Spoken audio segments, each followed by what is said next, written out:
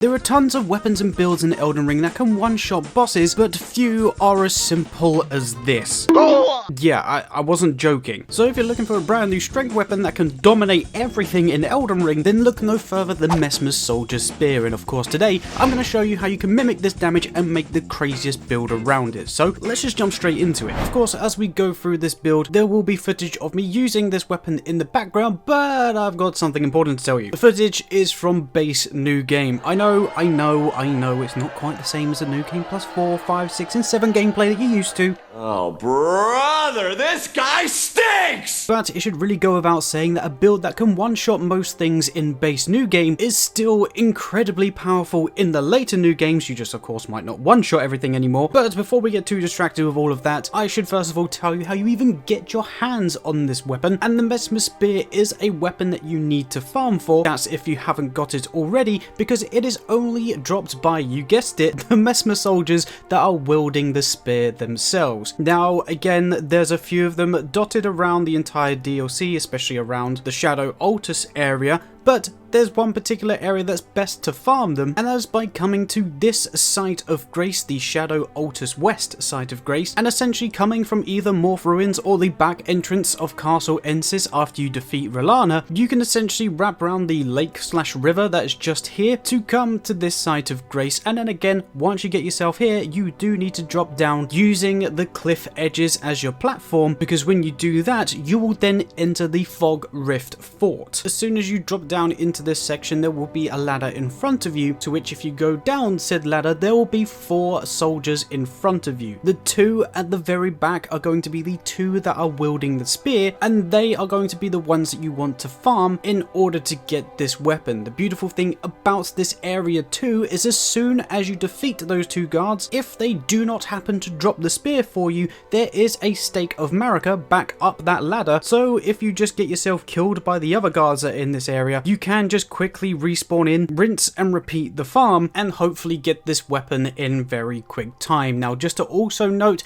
this weapon does supposedly have a 2% drop rate, which is of course fairly low, so definitely make sure that you bring your Silver Scarab Talisman along with some Silver Pickled Fouled Foot, and then after upping your Arcane and crossing your fingers and your toes for the best item discovery, you should hopefully have this weapon sooner rather than later, and when you do, you will have, like I say, possibly the best strength weapon in the game. But you're immediately going to be asking, hang on a second, this isn't a strength weapon. And you're right, which is why we're going to change it into a strength weapon. Of course, we can do that by simply adding a new Ash of War to the weapon and changing the affinity to a heavy variant, but I highly recommend that you put the Royal Knight's Resolve Ash of War onto this weapon, because whenever we use this Ash of War, we will then boost our damage output by 80%, and the beautiful thing about what you're seeing in the background is the Royal Knight Resolve counts for both attacks during your charged heavy, because yes, if I haven't mentioned it already, this weapon does come with a unique heavy attack where it does a double poke, and where the game considers that one move, any buffs including things like Royal Knight's Resolve do affect both of these attacks. And essentially this is the gimmick that we're going to be utilizing or abusing realistically, because although the first poke doesn't deal as much damage as the final strike, you can still get an extra 2,000 to 3,000 damage just with that initial poke, which is of course fantastic when you realize that the final strike can do anywhere upwards of 7,000 to 8,000 damage. And I'm just now going to show you the stats for this character, and as always with our characters, it is a level 150 build, and as you can see, we've got 50 points into Vigor, 10 Mind, 20 Endurance, 80 Strength, 16 Dexterity, 10 Intelligence, 33 Faith, and then 10 Arcane. And again, just to explain those a little bit more, the starting class with this character was a Wretch character, but of course, feel free to use whatever starting class that you want. But essentially, we are not putting any points into Mind, Intelligence, or Arcane, as those stats aren't necessary for this particular build. And where we turn this weapon into a heavy variant,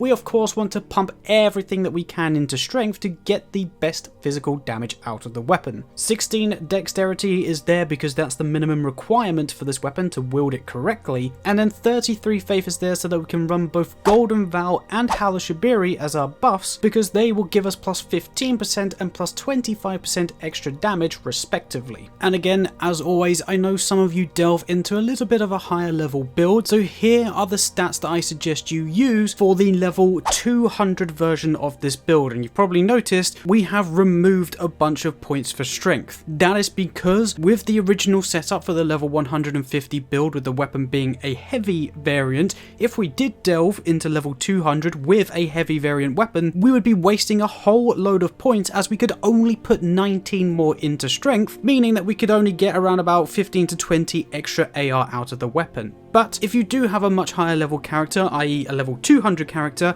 I highly recommend you change the weapon to a quality version of the weapon so that you get a B rated scaling in both dexterity and strength, and then put these stats on, because your AR then becomes closer to 750 compared to the just below 700 that we had with the heavy variant. So realistically, in your lower levels, it's best to keep the weapon as a heavy variant and focus everything into strength, but if you're in your much higher levels, definitely turn this into a quality variant, and like I say, split your stats between strength and dexterity, but this is the best and most optimized way to get the best damage using a level 200 character. But of course, whether you're using a heavy variant or a quality variant depending on your level, one of the things that will remain the same is the talisman setup, which is the following. We have got the two-handed talisman that will be giving us a plus 15% boost to our damage output whenever we're two-handing the weapon, which should be all the time, but then we're also running the axe talisman, because again, where we're utilizing that crazy charged heavy attack that basically attacks twice, we'll get a plus 15% boost with both of those attacks, and then we also get a further 15% extra damage boost whenever we hit a counter attack with the spear talisman that's in the build, so basically attacking our enemies as they're attacking us, which does in fact stack with the natural damage boost that you get just by doing those attacks anyway. And then for the final talisman, I recommend you run the Aged One's Exaltation, because where we're using Halashibiri anyway, if you just keep using it to proc madness on yourself,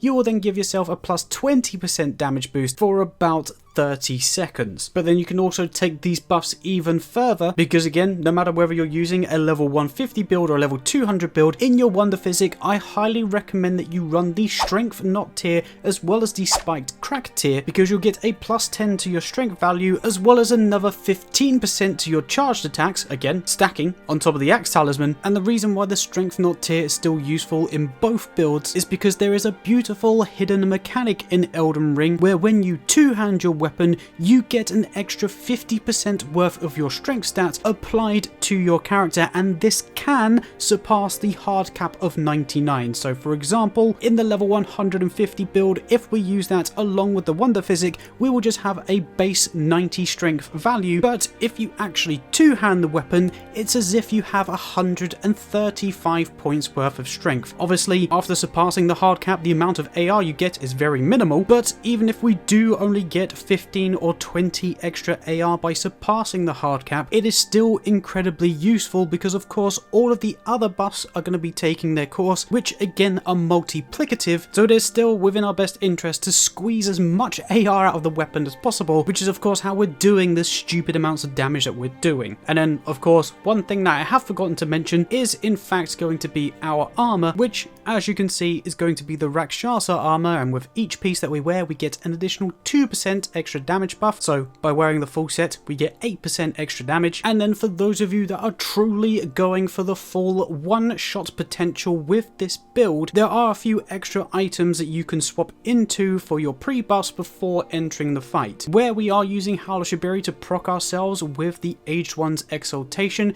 you can also apply the Black Dumpling Helm along with the Maddening Hand, and make sure they're equipped when you do proc that madness to give you an extra 10% damage and 7.5% 5% extra damage respectively with each of those items, and then when you're entering the boss arena you can swap out that Black Dumpling helm for the Rakshasa helm, but then also switch the H1 Exaltation talisman for something like the Ritual Swords talisman to give you a further 10% extra damage when you're at full HP. But of course, I know swapping out items and doing all of this prep before a boss fight isn't for everybody, so if you're like me in that sense and can't be bothered swapping 2 or 3 different items before each fight, then just simply wear the Rakshasa armor, put the stats on that I showed as well as the talismans and the wonder physick, and you're good to go, because realistically, whether you use the additional setups or not, you're still going to be doing upwards of 8, 9, even 10,000 damage against certain bosses, and as long as you make sure you attack your enemies as they're about to attack you, you will then deal even more damage, and as I've mentioned multiple times, therefore can one-shot certain bosses, or at the very least two-shot pretty much everything in the game, all just by simply holding your right trigger or R2 to unleash these deadly charged heavy attacks, which again is why I am calling this the brand new best strength weapon in Elden Ring. And as always, I want to hear from you guys. Do you agree that this weapon is an absolute monster and is deserved, possibly, of being the brand new best strength weapon? Of course, let me know what you think down in the comments. And whilst you're down there, if you happen to like this video in any way or happen to use this build or found it interesting, definitely make sure that you hit that like rating down below, because not only does it help out the channel tremendously, but it's also the quickest and easiest way to tell me that you enjoy these videos and you want to see more crazy OP builds from Elden Ring. And if you want to stay up to date with all of those crazy builds and you're not subscribed already, definitely make sure you hit that subscribe button down below too. We just hit 30,000, which was actually a goal for the end of the year, so can we make it 40? Who knows? We'll try our best, of course, but if you want to join the existing legends that are subbed to the channel, definitely make sure you hit that subscribe button down below. And other than that, I believe I've said everything that I need to about this weapon, guys. So yeah, definitely take this video, go have an absolute blast with this weapon, because it is really fun to use and just watch your enemy's health bars disappear so quickly. And as we close off this video, I am going to show you 2 fights from the DLC, both the Messmer fight and the final boss. So if you haven't played the DLC yet, definitely click off now. This is your official spoiler warning, but if you wanted to see just how quickly you can defeat the final bosses in the DLC, definitely feel free to check out these next 2 fights. But yeah, just wanted to say thank you again so much for watching this video, and I guess I'll catch you in the next one, or whatever it is that we make. Bye-bye.